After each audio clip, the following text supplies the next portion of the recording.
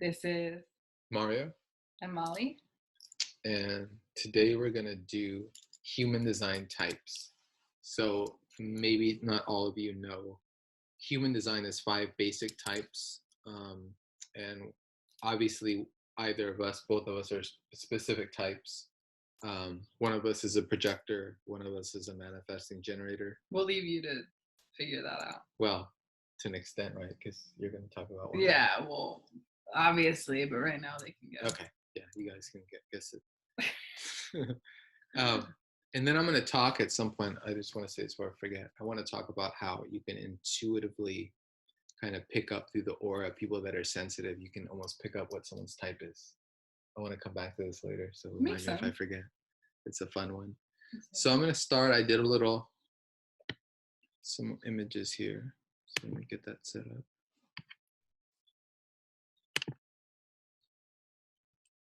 Let me share this. Okay, so I have a little PowerPoint here for you guys. So we're going to start with, in human design, there's 4 aura types. There's 1 subtype, and we'll go over that as well. Sometimes people say there's 5 distinct types. Then Molly's going to go over the business role for each type, which is kind of fun. I like it. I think it's brilliant. I'm going to do some role play. Not role play, but... Well, that's what it is. Well, that's what it says. And then aura type, I may touch on just the dynamic in terms of each type and how the energy can seem to be more of a feminine expression or a masculine expression. Obviously, we all have a balance, some mix of masculine and feminine energy that operates through our vehicle. And then someone's going to confess that they're a projector. And so that should be fun. And you didn't see that, huh? I didn't. I wrote that in when you weren't looking. So I'm going to start and I'm going to go over the auras. This is just a page that has the 4 types: manifestors, generators and manifesting generators, projectors, and reflectors.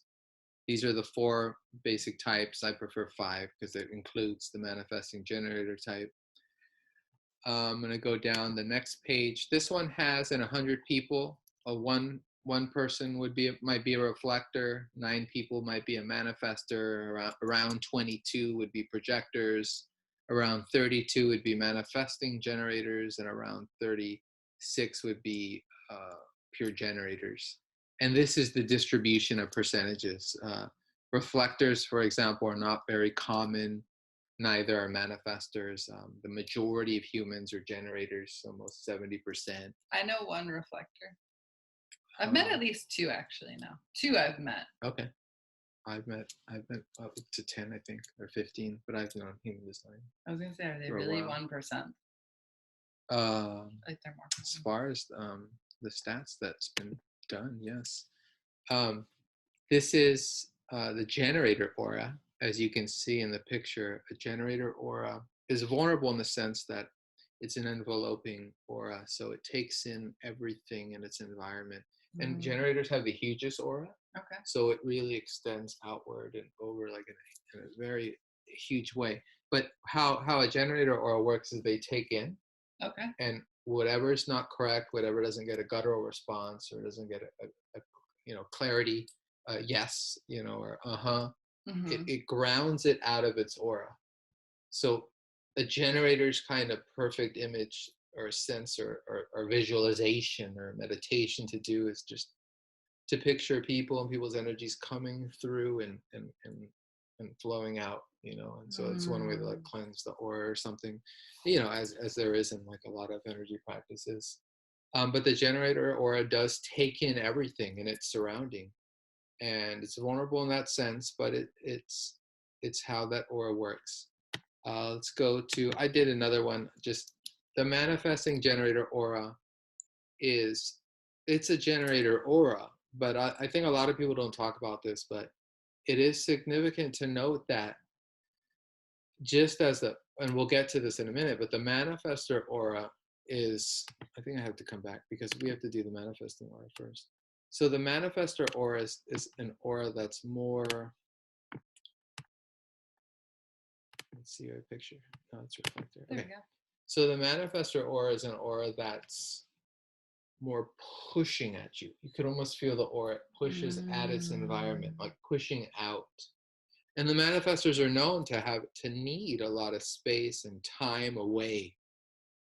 They usually have the great ideas, and they need their aura. They need a lot of space from others.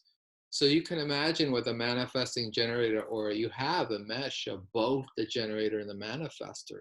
And it's very true that that manifesting generators, known as a very hectic, intense type, need or a little of both.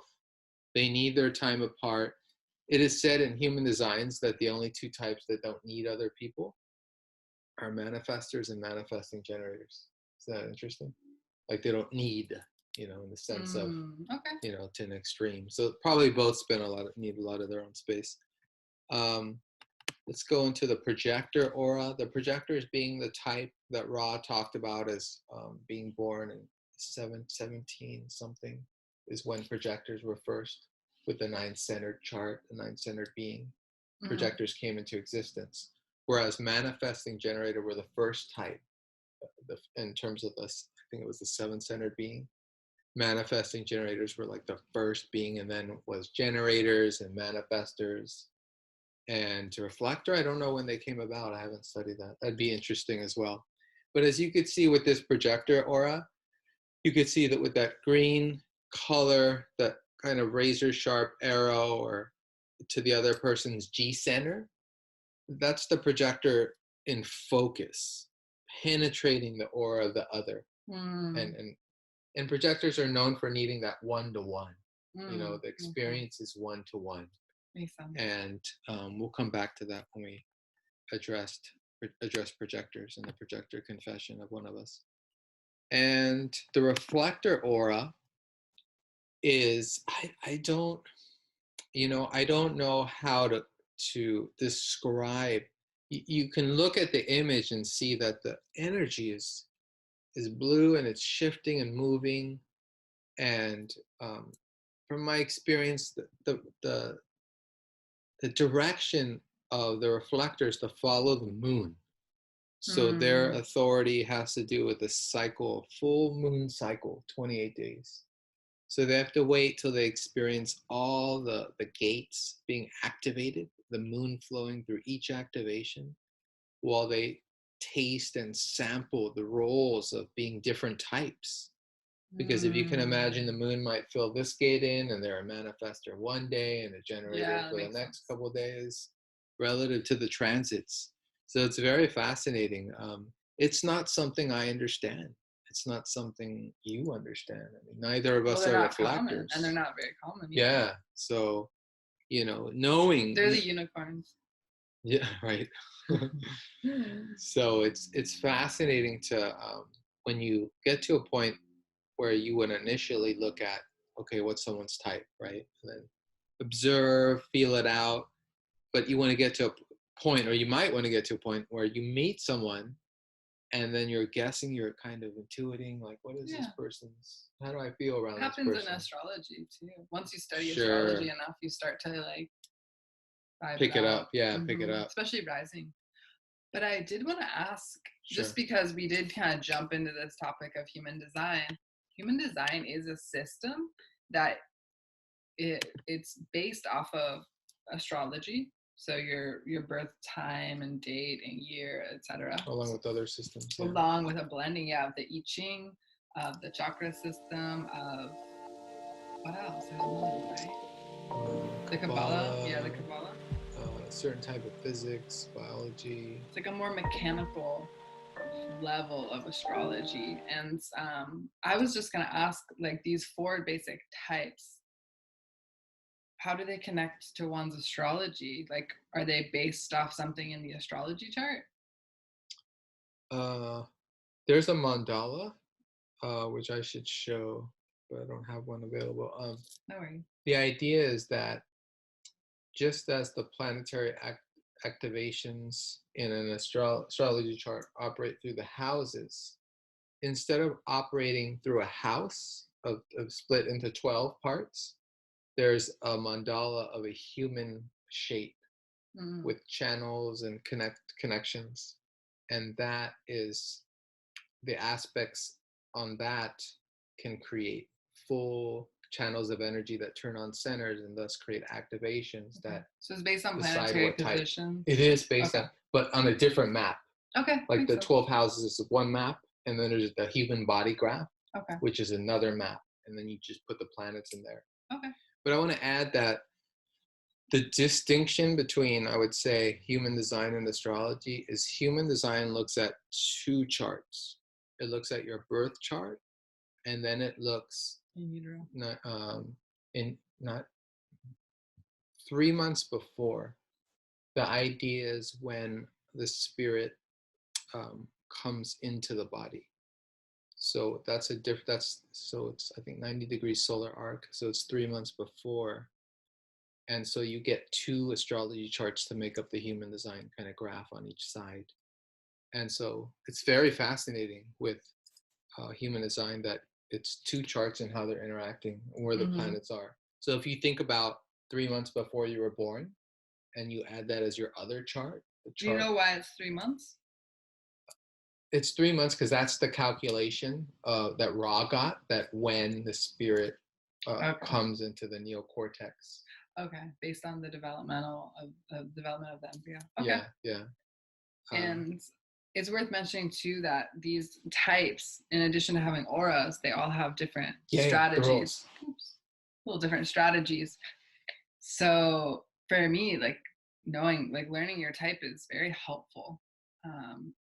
It's one layer of human design, but it's if you're just gonna do one layer, know your type at least. But the way I conceive of these 4 types, if we're going to give like a business analogy, is the generators are like the builders on the project. The manifestors are like the engineers on the project. No, that'd be manifesting generators. No, let me do my thing. The manifesting generators are like the engineers who can also build. Oh, got it. Okay. And then the projectors are like the administrators or like the project managers of the project, like overseeing and orchestrating. And then the reflectors are kind of like the temps or something that can just come in and do the other roles when needed. Yeah, what's that? But I mean, you tell me the reflectors have another role besides just filling in the roles of the others, correct? Yeah, the reflectors are the ones that have that kind of pulse on a project or a culture or on what's going on in the overall environment. Like, is it working? Will it work for the collective or not? They're like the barometer. They're like the ones that have a heightened sense of is it working? Is it not working? I like that. Yeah, that's it. I think we're gonna have the confession made now. One of us is a projector, and one of us is a manifesting generator. So, so are we gonna say? No, we don't have to say. But Molly's gonna talk about. She might say. She's gonna talk about a type. I'll share about my type. I think personal experience is always helpful. I found out my type like 2 years ago, less than 2 years ago, and it was kind of cool because I've been studying astrology for at least 7 years, seriously. And when I found out I was a projector, coming out the projector closet, it made sense to me because projectors are here to guide. We're here to use our energy a little differently than how our conditioning or society pretty much trains us, most of us, to use our energy. We're all the same person. We live in a society of generators, though. Either the majority is either a generator or a manifesting generator. And so knowing my strategy as a projector of waiting for invitations was almost a relief in a sense, because it helps me clue into when I was going into feeling blocked, really, in my life with different projects or different things I would be willing to happen in a sense, or trying to get my gifts like recognized in a way, and realizing that they were the most recognized when someone invited them in. So they were ready. Yeah, exactly. And just tapping into that, like paying attention to even reflecting back on relationships I was in that I like tried to create, or even projects I tried to almost like solicit, versus ones where I was invited in, and how they kind of worked out differently. And it's not to say as a projector, because the strategy of projector is waiting for invitations, but that doesn't mean you just twiddle your thumbs and don't do anything. For me, what that means is like being in my power and taking the action of my life, and pursuing my passions and my studies, and the work that I'm here to do, but in a way where I'm kind of over here in my corner doing it. And when people want that guidance, they ask me. And even my astrology practice, like most of my clients are referrals, and I prefer it that way, because it's like, it feels like a true invitation. It's like, oh, someone, is giving this referral. And it's not to say that like a projector can never initiate, because there are instances where projectors can initiate, but the guidepost of knowing when you're in your authority, for me as a projector, is when I'm feeling bitter about, oh, I'm not being recognized for this thing that I have to offer. But when I'm invited in, it feels like a real honor. Like, oh wow, I am like, here I'm being recognized, and I can actually like share in this way. And for me, it comes down to just energy management as a projector. Like I use my energy more efficiently when it's to something I was invited to, rather than something I'm trying to will into, making happen. But yeah, I think that's been my experience. Just knowing that, I have to kind of conserve my energy a little more and be wise about where I'm directing it, and when I'm acting out of a place of like trying to prove myself versus just doing my own thing and it's being recognized. Do you already mentioned some of this, but do you buy into some of the human design phrases or lines or propaganda? Is that you guys don't have any energy? Like, you're depleted, you're not an energy type, and you have to wait for the invitations, and then the energy shows up, or you ride other people's energy, but then they leave, and you're like, oh, I'm exhausted. Yeah, I have felt that way actually, where I'm like riding energy, and then I crash. But I don't resonate with not having energy, because how I apply any of these systems is you are what you want to be, and anyone can do anything, really. You would take all these systems with a grain of salt. Yeah. But in terms of my energy, like I don't really follow the whole projector thing of going to bed before I'm tired. Like I'm not really honoring that part of like projector. Too busy playing off generator energy? I do. I feel like I play off generator energy a lot, but busy all the time? It does catch up to me for sure. Oh, okay. It does catch up to me. Yeah. Do you have any insight onto, for projectors, like once I wanted to mention, I don't know if you know this, I don't think I've shared this with you, or I don't know if you've read it or studied it, but once a projector is invited into one of their specific roles in the lifetime, in this life, whether it's invitation to the correct job or business or career, invitation to the right place to live, invitation to partnership, there's like 4 main invitations. Once you're invited in, you can act as a manifestor, so then you can initiate within that specific project. Interesting. Does the energy though, so then I become like, I have more energy to expand, or how would you qualify that? I would say it's going to be composite related, because it's you interacting with others. Yeah, projectors are a very relational type because of that. And because of that, there's a lack of self-awareness. So sometimes projectors aren't always aware of how they're feeling, or if they're pale, or they're not looking good, or feeling good, you know what I mean? So someone else can tell you, the generator that you tell me. You tell me. So, that's interesting. And the last thing I'll say is, with the open sacral, projectors being open sacral, and that's the center, kind of the middle, the body. With projectors having that center open, there can be a lack of knowing when enough is enough.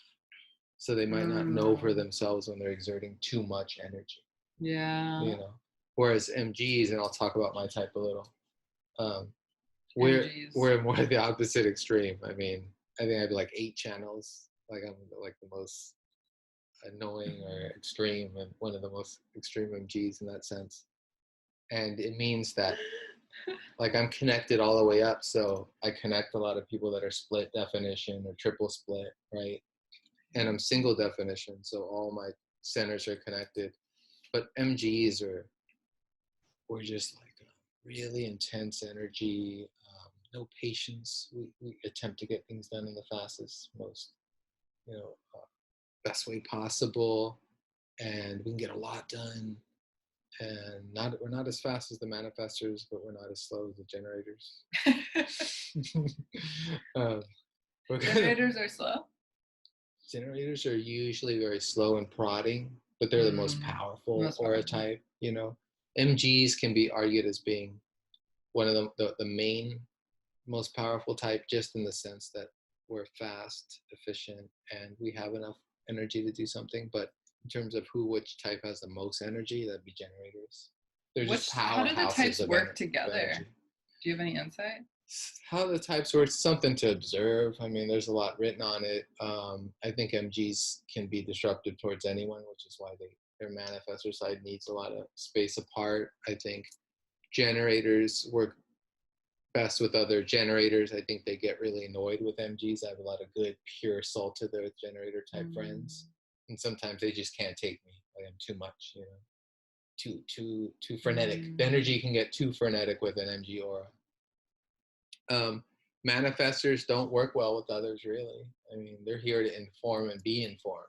Okay. So, they come out when at their own, decisions. So each type kind of works together. Projectors are great at connecting with the generators. Usually it's one-on-one, but they can be the project managers that check in, right? With each type. How's this type doing? How's that type doing?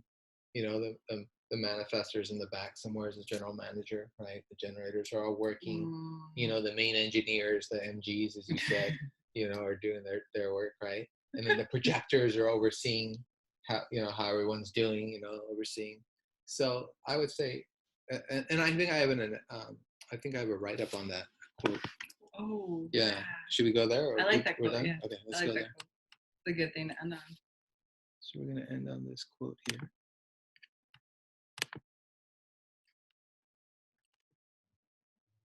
Let's see. So this is a quote by Linda, hope I'm pronouncing that correctly, Bunnell. In a perfect world, manifestors get things started. Projectors guide the process. Generators provide the energy to realize or complete it. And reflectors tell them how well it's going. That's a great sense of, putting the pieces together for all the energy types. All the roles are necessary, and it's not a hierarchy. I think it's important to, though MGs kind of make it a hierarchy. Well, I'll be honest, like when Ra set down the hierarchy, he put projectors on top. In a sense, because they're the guides. They're the most important type. They're the newest type. They're the type that's learning. They're the type that struggles the most with being in a projector body and learning how to navigate it.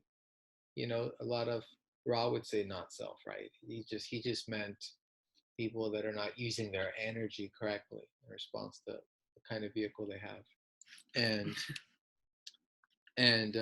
in that sense, he noted that that some types, that for projectors, it's them being the most kind of important type, the ascending type, that to learn to operate correctly as a projector is not an easy thing. Whereas a generator, just go with your gut. Most of them are sometimes already doing that. I mean, that's not true, but they can just be told. Here's the propaganda. The propaganda is projectors should study human design intellectually. Oh, yes. They actually have discounts for if you're a projector based on your birth time. Oh, wow. I've seen that. With Jovian Archive, you get like a 20% discount for studying human design if you're a projector, because it's like more suited to. It's more suited to so any of the systems though. Probably with human design analysts you find a large percentage as projectors perhaps. You know? Yeah, I mean I do astrology, you know, so I feel like it's interesting to see like the vocations of people who do different the vocations of the different types would be a fascinating area of research. That's an interesting idea. But of course people are misplaced because I think a lot of this information is newer, you know, and people are maybe acting in not self and acting as other types that maybe they're not really truly are. We're always noted that this information is for the children, you know. Oh, that's sweet. Yeah. So we'll end on that note. All right, you guys, thanks. Hopefully you appreciate it. Send us your questions. Oh yeah, send us questions. Yeah. All right, take care. Take care.